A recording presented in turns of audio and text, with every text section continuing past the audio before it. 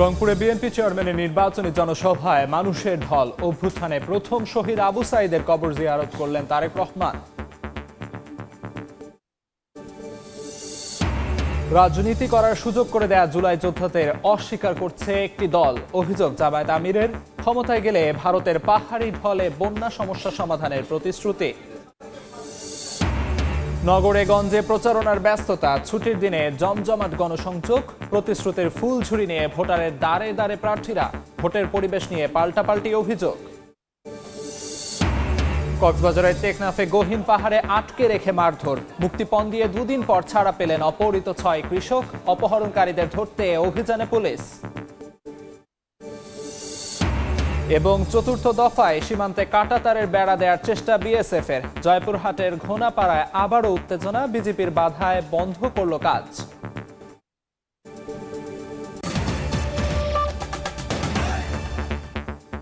বাংলার সময়ের সঙ্গে আছি আমি আমিরুল ইসলাম আলিফ। রংপুরে বিএনপি চেয়ারম্যানের নির্বাচনী সমাবেশে ঢল নেমেছে নেতাকর্মীর। উত্তরবঙ্গে প্রতিটি জনপদে উষ্ণ অভ্যর্থনায় সিক্ত হচ্ছেন তারেক রহমান। পীরগঞ্জে অভ্যুত্থানে প্রথম শহীদ আবু সাঈদের কবর জিয়ারত করেছেন তারেক রহমান। সেখান থেকে তিনি যাবেন নির্বাচনী জনসভায়। এদিকে দুপুর থেকে রংপুরের ঈদগাহ মাঠে জড়ো হন কর্মী সমর্থক থেকে শুরু করে সাধারণ মানুষ। সময়ের সঙ্গে সঙ্গে বাড়তে থাকে উপস্থিতি। এদিকে বগুড়া থেকে রংপুর যাওয়ার পথে শিবগঞ্জের মোকামতলায় উপস্থিত জনতার উদ্দেশ্যে সংক্ষিপ্ত বক্তব্য রাখেন বিএনপি চেয়ারম্যান। দেশের উন্নয়নে ধানের শীষে ভোট চান তিনি। পরে যাত্রাপথে গাইবান্ধার পলাশবাড়ির মহাসড়কে জনতার ঢলে রাস্তা বন্ধ হয়ে যায়। উপস্থিত জনতাকে রাস্তা ছাড়ার আহ্বান জানিয়ে তারেক রহমান বলেন, 12 ফেব্রুয়ারি নির্বাচনে সবাইকে ভোট কেন্দ্রে যেতে হবে।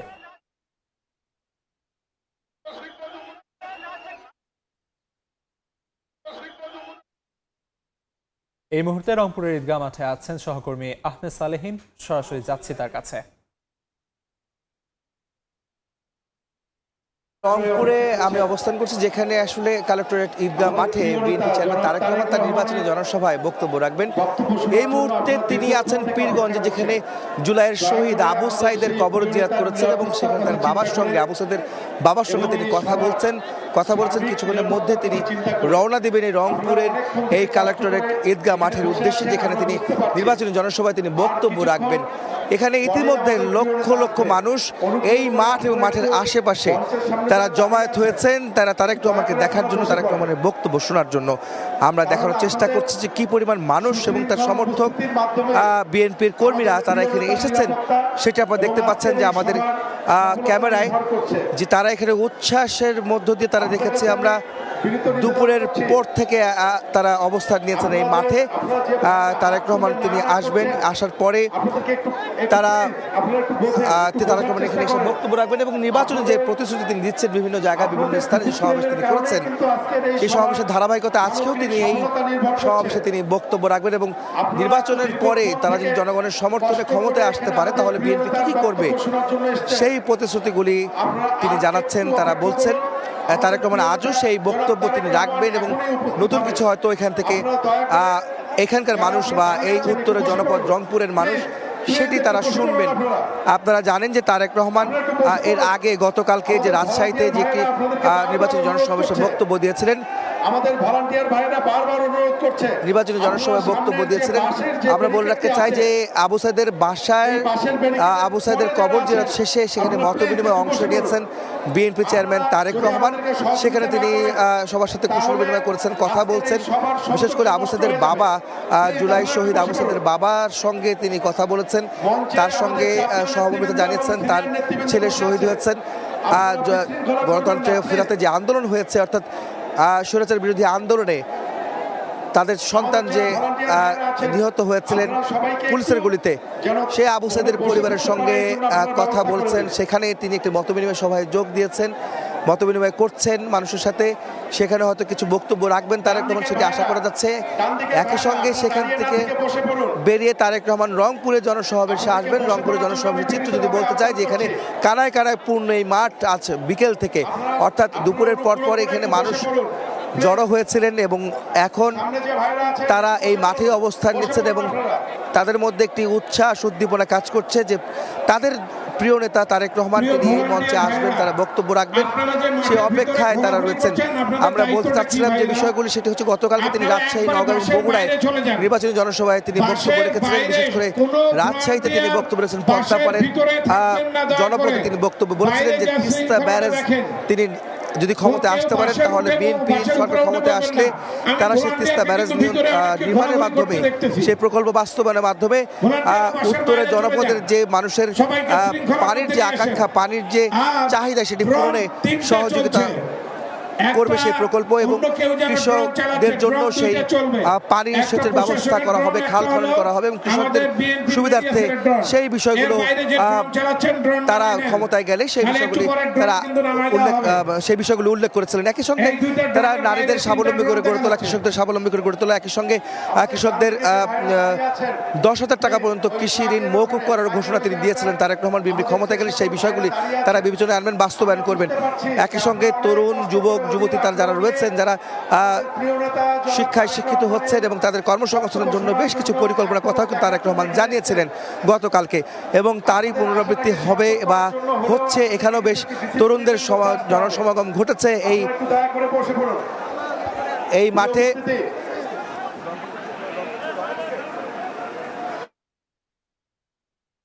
তারেক রহমান আমরা যতটুকু জানতে পারছি তিনি রংপুরে জনসভার উদ্দেশ্যে তিনি রওনা দিচ্ছেন, সেটি আমরা দেখতে পাচ্ছিলাম।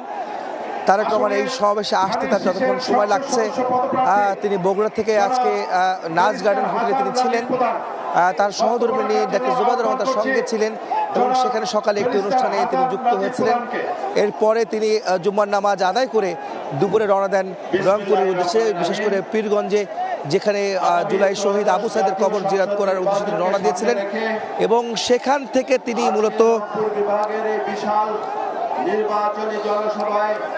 তিনি মূলত যাওয়ার উদ্দেশ্যে রওনা দেওয়ার পরে বগুড়ার মোকামতলায় একটি পথসভায় তিনি যুক্ত হয়েছিলেন এবং পথসভায় যোগ দেওয়ার পরে সেখানে তিনি ধানের শীষের পক্ষে ভোট চাইছেন এবং নেতাকর্মীদের উদ্দেশ্যে তিনি বলেছেন যে 12 তারিখে ভোট কেন্দ্রে তাদের থাকার জন্য অনুরোধ করেছেন, ভোট দিয়ে যেন তারা ভোট কেন্দ্র পাহারা দেন, যেন কেউ ভোট বানচাল বা ভোট বাধাগ্রস্ত করতে না পারেন। সেই পথসভায় তিনি সেই বক্তব্য রেখেছিলেন।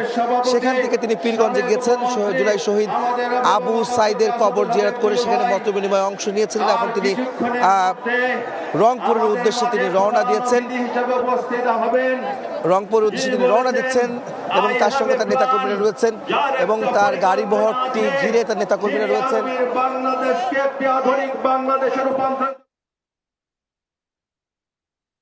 সরাসরি যুক্ত ছিলাম রংপুরের ঈদগাহ মাঠে। যাদের কারণে রাজনীতি করার সুযোগ পাচ্ছে সেই সব জুলাই যোদ্ধাদের একটি দল অবহেলা করেছে বলে অভিযোগ করেছেন জামায়াতের আমির ডাক্তার শফিকুর রহমান।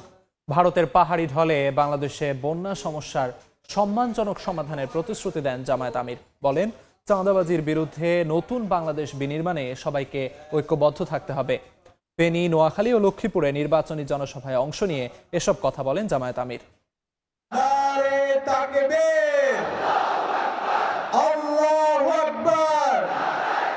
স্লোগানে মুখরিত ফেনী সরকারি পাইলট উচ্চ বিদ্যালয় মাঠ। 11 দলীয় ঐক্যের নির্বাচনী জনসভায় যোগ দিতে ভোর থেকেই ভিড়। চট্টগ্রাম বিভাগীয় সফরের শুরুতেই ফেনী জেলায় জামায়াতে ইসলামীর আমির ডাক্তার শফিকুর রহমান। শুক্রবার সকাল 9টার পর একে একে মঞ্চে আসতে থাকেন দলগুলোর নেতারা। আসেন বিভিন্ন ছাত্র সংসদের নেতৃবৃন্দ। 11টার কিছু পরে মঞ্চে আসেন জনসভার প্রধান অতিথি জামায়াত আমির। বক্তব্যে তিনি বলেন, নির্বাচনে জয়ী হলে ফেনী নোয়াখালী এলাকার বন্যা দুর্ভোগ দূর করতে পার্শ্ববর্তী দেশের সঙ্গে সম্মানজনক সমাধান করবে তার দল। পার্শ্ববর্তী আমাদের প্রতিবেশী দেশের সাথে একটু এই ব্যাপারে ব্যাপার আছে, তাদের সাথে আমরা ফ্রুটফুল ডায়ালগের মাধ্যমে আমরা এর শান্তিপূর্ণ সমাধান খুঁজে বের করবো ইনশাআল্লাহ। বিগত দিনের রাজনৈতিক অপসংস্কৃতির অবসান ঘটিয়ে নতুন বাংলাদেশ বিনির্মাণে সবাইকে ঐক্যবদ্ধ হবার আহ্বান জানান জামায়াত আমির। ন্যায় ইনসাফের বাংলাদেশ গড়ার জন্য আমরা এখানেই 11টি দল ঐক্যবদ্ধ হয়েছি। আমরা চাচ্ছি ঐক্যবদ্ধ বাংলাদেশ। মার্কা আছে, মার্কা পরে নোয়াখালীর জেলা স্কুল মাঠে অপেক্ষায় থাকা জনস্রোতে যোগ দেন জামায়াত আমির। প্রধান অতিথির বক্তব্যে নোয়াখালীকে বিভাগ করা সহ যৌক্তিক দাবি পূরণের আশ্বাস দেন ডাক্তার শফিকুর রহমান। নোয়াখালী বিভাগ চাই।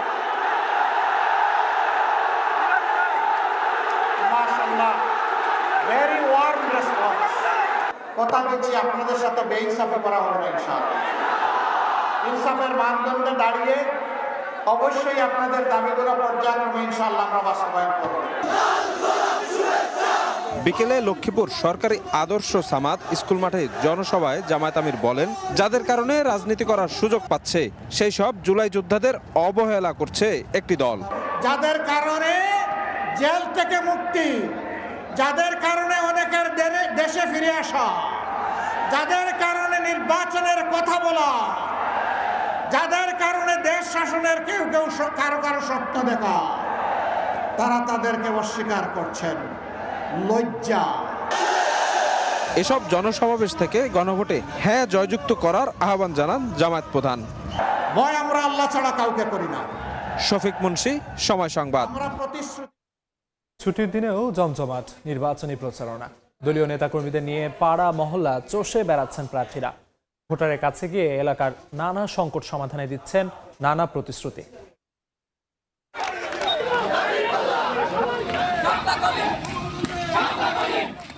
নির্বাচনের দিন যতই ঘনিয়ে আসছে ততই সরগরম ভোটের মাঠ। ভোটারের মন জয়ে পাড়া মহল্লা চষে বেড়াচ্ছেন প্রার্থীরা। চট্টগ্রাম 11 আসনে বিএনপি প্রার্থী আমির খসরু মাহমুদ চৌধুরী গণসংযোগ চালান। অনির্বাচিত সরকার দেশের মানুষের স্বার্থ পূরণ করতে পারে না বলে মন্তব্য করেন তিনি। কক্সবাজার 1 আসনে প্রচারণায় বিএনপি প্রার্থী সালাউদ্দিন আহমদ বলেন, ধর্মের নামে ভোট চাওয়া মানে জনগণের সঙ্গে প্রতারণা করা। নেত্রকোনা 1 আসনে বিএনপি প্রার্থী ব্যারিস্টার কায়সার কামাল ও নোয়াখালী 1 আসনে ব্যারিস্টার মাহবুব উদ্দিন খোকন ছুটির দিনের সকাল থেকেই দলীয় নেতাকর্মীদের নিয়ে প্রচারণা চালান। ভোটার আইডি কার্ড চায় তারা, আবার বিকাশ নাম্বার চায়। এই তোমরা ইসলামের কথা বলো, টাকা দিয়ে ঘুষ দিয়ে ভোট চাও কেন? ভোট দিয়ে ভোট চাও কেন? মনের মধ্যে যে ক্ষোভ, সেই ক্ষোভটা যেন প্রতিহিংসায় পরিণত না হয়, সেজন্যই আমি সবসময় বলি যে জুলুমের শিকার হয়ে তাদের মতো জালেম হওয়া যাবে না। আমরা দুর্নীতি প্রতিরোধ করার জন্য আমাদের প্রতিশ্রুতি আছে, আমাদের দৃঢ় সংকল্প আছে, এই দেশ থেকে দুর্নীতি নির্মূল করা হবে। অনির্বাচিত সরকার কোনোদিন দেশের মানুষের স্বার্থ পূরণ করতে পারবে না। এটা বারবার প্রমাণিত হয়েছে, গত 17 বছরে প্রমাণিত হয়েছে, গত 1.5 বছরেও প্রমাণিত হয়েছে। এদিন চট্টগ্রাম 9 আসনে গণসংযোগ করেন জামায়াতের প্রার্থী ডক্টর AKM ফজলুল হক। দিনাজপুর 6 আসনে আনোয়ারুল ইসলাম দাঁড়িপাল্লায় ভোট চান। ব্রাহ্মণবাড়িয়া 6 আসনে নির্বাচনী সভায় নিরাপদ দেশ করতে দাঁড়িপাল্লাকে জয়ী করার আহ্বান জানান জামায়াতের সেক্রেটারি জেনারেল মিয়া গোলাম পরোয়ার। 14 বছরে যারা 3টি দল দেশ শাসন করেছেন, দলের কোন প্রধান, কোন মন্ত্রী মিনিস্টাররা মুখে হাত দিয়ে বলতে পারবেন না যে আমার দল কোনো দুর্নীতি করেনি। এবারে এত বেশি ভোট হবে যে পাল্লায় ওজন করে শেষ করা যাবে না। আমরা বিপুল ভোটে বিজয় লাভ করবো ইনশাআল্লাহ। পঞ্চগড় 1 আসনে নেতাকর্মীদের নিয়ে শাপলাকুলিতে ভোট চেয়ে সার্জিস আলম বলেন, চাঁদাবাজ, দখলবাজ ও অনিয়মের বিরুদ্ধে 11 দলীয় জোটের প্রার্থীদের জয়যুক্ত করার আহ্বান জানান। যারা মানুষকে হুমকি দিয়ে টাকা নেয়, ভয় করবে তারা, যারা আপনার মাথার ঘাম পায়ে ফেলা টাকায় সিন্ডিকেট করে সেখান থেকেও টাকা খায়। গাইবান্ধা 5 আসনে গণসংযোগ করেন বাসদ মার্ক্সবাদী কাচি প্রতীকের নারী প্রার্থী মোসাম্মদ রাহেলা খাতুন। খাদিজা স্বপ্না, সময় সংবাদ। গণভোট নিয়ে সরকারের কোনো অর্থ ব্যয় হয়নি এবং নতুন কোনো নির্দেশনাও দেওয়া হয়নি বলে জানিয়েছেন নির্বাচন কমিশনার আবুল ফজল মোহাম্মদ সানাউল্লাহ। দুপুরে পটুয়াখালী জেলা প্রশাসকের সম্মেলন কক্ষে এক মতবিনিময় সভায় এসব কথা জানান তিনি। এ সময় বিগত জাতীয় সংসদ নির্বাচনের চেয়ে এবছর নির্বাচনের পরিস্থিতি অনেক ভালো বলেও মন্তব্য করেন তিনি। আমরা সহায়ক পরিবেশ পরিস্থিতি তৈরি করেছি এবং ইনশাল্লাহ আমরা আশাবাদী যে মানুষ স্বতঃস্ফূর্তভাবে নির্বাচনে অংশগ্রহণ করবে। সার্বিকভাবে বাংলাদেশে নির্বাচনে সময় যে পরিবেশ থাকে, এবারে পরিবেশ ভালো বইমন্দ নয়। সরকারের কোনো অর্থ ব্যয় হয় নাই, আমার মনে হয় এখানে একটু স্পষ্টীকরণ করে দিই। আমরা নতুন কোনো নির্দেশনা দেই নাই, শুধুমাত্র আইনকে রেফার করে দিয়েছি। গণভোট অধ্যাদেশ 2025-এর 21 নম্বর ধারাতে ক্যাটাগরিক্যালি বলে দেওয়া হয়েছে যে সাধারণ নির্বাচনের জন্য যা যা কিছু ভায়োলেশন, গণভোটের জন্য সেটা ভায়োলেশন। হাতিয়ায় ফেরিঘাটে সংঘর্ষে আহতরা শাপলাকলির সমর্থক বলে জানিয়ে এর বিচার দাবি করেছেন নোয়াখালী ৬ আসনের ১১ দলীয় জোটের প্রার্থী আব্দুল হান্নান মাসুদ। বিকেলে এক সংবাদ সম্মেলনে হান্নান মাসুদ অভিযোগ করেন, নলচিরা ঘাটে তার অন্তত ১০ জন সমর্থককে পিটিয়ে নদীতে ফেলে দেয় সন্ত্রাসীরা। শিগগিরই সন্ত্রাসীদের গ্রেফতার করা না হলে কঠোর কর্মসূচি ঘোষণার কথা জানান তিনি। না হলে নির্বাচনের মাঠ ছাড়ার হুঁশিয়ারিও দেন হান্নান মাসুদ। ফেরিঘাট উদ্বোধনী অনুষ্ঠানের ওখানে আমাদের লোকজন উপর হামলা করেছে, তাদেরকে ফেরি থেকে ফেলে দিয়েছে। আমরা এর তীব্র নিন্দা জানাই এবং এটার সুরাহা না হলে থানা ঘেরাও করব, প্রয়োজনে এসপি অফিস ঘেরাও হবে, ডিসি অফিসও ঘেরাও হবে। এই ব্যাপারে আর এক বিন্দু ছাড় দেওয়ার সুযোগ নেই। বাগেরহাটে ৪র্থ দফায় আন্তর্জাতিক সীমান্ত আইন লঙ্ঘন করে কাঁটাতারের বেড়া দেওয়ার চেষ্টা করেছে বিএসএফ। তবে বিজিবির বাধার মুখে কাজ বন্ধ করে তারা। শুক্রবার সকাল 10টার দিকে জয়পুরহাটের পাঁচবিবি উপজেলার গোনাপাড়া সীমান্তের ২৮১ নম্বর মেইন পিলারের পাশে বেড়া দেওয়ার চেষ্টা করে বিএসএফ। বিষয়টি টের পেয়ে বিজেপিকে জানায় স্থানীয়রা। খবর পেয়ে ঘটনাস্থলে গিয়ে বিএসএফকে বাধা দেয় বিজিবি। পরে পতাকা বৈঠক করেন সীমান্তরক্ষী বাহিনীর সদস্যরা। এই যারা সীমান্ত এলাকা খুবই, এই যার পরিস্থিতি খুব খারাপ। বিএসএফ বিডিআর যখন তখন আসে গণ্ডগোল করে, এরাও বাধা দেয়, ওরাও বাধা দেয়, এরকম করে সরে যায় আবার আসে। এলাকায় আমাদের আবাদ আছে, গরু আছে, বকরি আছে, আমরা যেতে পারতেছি না। এই জন্য আমরা চাই আমাদের বাংলাদেশ সরকারের যেন একটা কিছুভাবে ওই তার কাটাটা যেন ঠেকে দিতে পারে। এরাই যে মাঝে মধ্যে ফ্ল্যাগ মিটিং করে, পতাকা মিটিং করে একটা স্থায়ী সমাধান করার জন্য, কিন্তু এগুলো প্রতিনিয়ত হয়, কিন্তু এটা আসলে সমাধান হয় না। কিন্তু আমরা গ্রামবাসী চাইতেছি যাতে এটা চিরতরে একটা সমাধান হয়। এর আগে ২০২৪ সালের সেপ্টেম্বরে এবং ২০২৫ সালের জানুয়ারি ও ডিসেম্বরে একই এলাকায় কাঁটাতারের বেড়া দেওয়ার চেষ্টা করেছিল বিএসএফ। সেই সময় বিজিবির বাধায় সফল হয়নি বিএসএফ। সময় সংবাদ, জয়পুরহাট। দেখছেন বাংলার সময়। মনের মতো ডিজাইন আর stylish collection, Regal furniture, furnish your dream. কিশোরগঞ্জের কটিয়াদীতে জমি নিয়ে বিরোধের জেরে প্রতিপক্ষের হামলায় স্থানীয় বিএনপি নেতা নিহত হয়েছেন। এ ঘটনায় 2 জনকে গ্রেফতার করা হয়েছে। পুলিশ জানায়, আচমিতা ইউনিয়ন বিএনপির সাবেক সভাপতি ও সাবেক ইউপি সদস্য মাহমুদুর রহমান কামালের সঙ্গে জমি নিয়ে বিরোধ ছিল তার চাচাতো ভাই জালাল উদ্দিনের। এর জেরে বৃহস্পতিবার সকালে 2 ভাইয়ের কথা কাটাকাটি হয়। এক পর্যায়ে জালালের ছেলে তার চাচা কামালের মাথায় টেটা দিয়ে আঘাত করে। এ সময় এগিয়ে এলে তার ছেলেকেও আঘাত করা হয়। তাদের উদ্ধার করে কটিয়াদী হাসপাতালে ভর্তি করা হয়। অবস্থার অবনতি হলে 2 জনকেই ঢাকায় পাঠানো হয়। চিকিৎসাধীন অবস্থায় রাতে নিউরোসায়েন্স হাসপাতালে কামালের মৃত্যু হয়। এ ঘটনায় নিহতের মেয়ে বাদী হয়ে কটিয়াদী থানায় মামলা করেন। পরে অভিযুক্ত জালাল উদ্দিন ও তার স্ত্রীকে গ্রেফতার করে পুলিশ। দেখছেন বাংলার সময়। ময়মনসিংহ কেন্দ্রীয় কারাগার থেকে কৌশলে পালিয়ে যাওয়া হত্যা মামলার 3 আসামিকে আবারও গ্রেফতার করা হয়েছে। সকালে র্যাব 14 সদর দফতরে এক সংবাদ সম্মেলনে তথ্য নিশ্চিত করেন অধিনায়ক নয়মুল হাসান। তিনি জানান, বৃহস্পতিবার রাতে টাঙ্গাইল থেকে তাদের গ্রেফতার করা হয়। এর আগে গত 27 জানুয়ারি কারাগার থেকে হত্যা মামলার 3 আসামি আনিস, রাশেদুল ও জাকিরুল কারা কর্তৃপক্ষের কিছু অসাধু সদস্যের সহায়তায় পালিয়ে যায়। তবে বিষয়টি তাৎক্ষণিকভাবে জেলা প্রশাসন কিংবা পুলিশকে জানানো হয়নি। বৃহস্পতিবার জানাজানি হলে ঘটনাকে ভুল মুক্তি দাবি করে ডেপুটি জেলারকে সাময়িক বরখাস্ত করে কারা কর্তৃপক্ষ। সিলেট থেকে 16টি বিস্ফোরক সামগ্রী উদ্ধার করা হয়েছে। র্যাব জানায়, বুধবার সন্ধ্যায় গোয়াইনঘাট থানাধীন সাতাইন এলাকার বন বিভাগের একটি পরিত্যক্ত ভবনের পাশ থেকে 8টি পাওয়ার জেল ও 8টি নন ইলেকট্রনিক ডেটোনেটর উদ্ধার করা হয়েছে। উদ্ধারকৃত এসব পাওয়ার জেল ও ডেটোনেটর উচ্চ মাত্রার বিস্ফোরক তৈরিতে ব্যবহৃত হয় বলে জানানো হয়। তারা ধারণা করছেন নাশকতার উদ্দেশ্যে এসব বিস্ফোরক মজুত করা হয়েছিল। তবে এ ঘটনায় কাউকে আটক করা যায়নি। বাংলার সময়ের শীর্ষ সংবাদগুলো জানিয়ে দিচ্ছি আরেকবার। জুলাই শহীদ আবু সাঈদের কবর জিয়ারত করলেন তারেক রহমান। খোঁজ নিলেন পরিবারের সদস্যদের। কিছুক্ষণ পর অংশ নেবেন নির্বাচনী জনসভায়। রংপুর ঈদগাহ মাঠে মানুষের ঢল। রাজনীতি করার সুযোগ করে দেয়া জুলাই যোদ্ধাদের অস্বীকার করছে একটি দল। অভিযোগ জামায়াত আমিরের। ক্ষমতায় গেলে ভারতের পাহাড়ি ঢলে বন্যা সমস্যা সমাধানের প্রতিশ্রুতি। এবং নগরে-গঞ্জে প্রচারণার ব্যস্ততা। ছুটির দিনে জমজমাট গণসংযোগ। প্রতিশ্রুতির ফুলঝুরি নিয়ে ভোটারের দ্বারে দ্বারে প্রার্থীরা। ভোটের পরিবেশ নিয়ে পাল্টাপাল্টি অভিযোগ।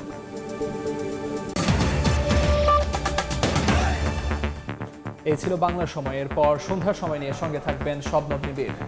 ধন্যবাদ আলিফ। সন্ধ্যার সময় নিয়ে আসছি কিছুক্ষণ পরই, সঙ্গেই থাকুন সময়ের।